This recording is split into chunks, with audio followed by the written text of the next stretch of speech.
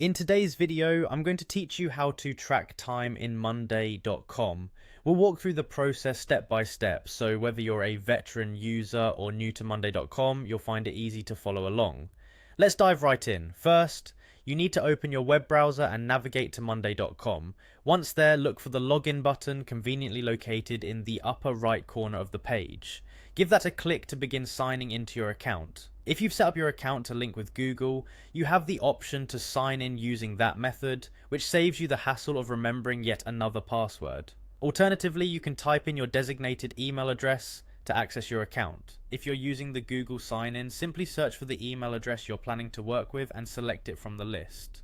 Once you're logged in, navigate to the specific board that you'll be working on today. This is crucial because all the time tracking we do will be specific to the tasks on this board. After accessing the board, our next task is to prepare it for time tracking. Scroll over to the last column on your board and you'll notice a plus sign beside it. Clicking on this plus sign allows you to add a new column to your board. In the search bar that appears, type in time tracking and hit enter. You'll notice a column type labeled time tracking appears in the search results. Click on this option to add it to your board. This new column will enable you to efficiently record and manage the time spent on various tasks within your board. Now that the column is ready, it's time to start tracking your time. Click on the first cell in the time tracking column. Here you'll find an option to add session manually.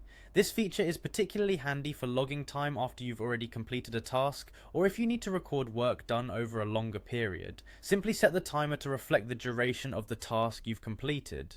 Once you've entered the necessary details, click on Add Session to save this log into your column. You can return to any row within your board and repeat these steps to track different sessions of work.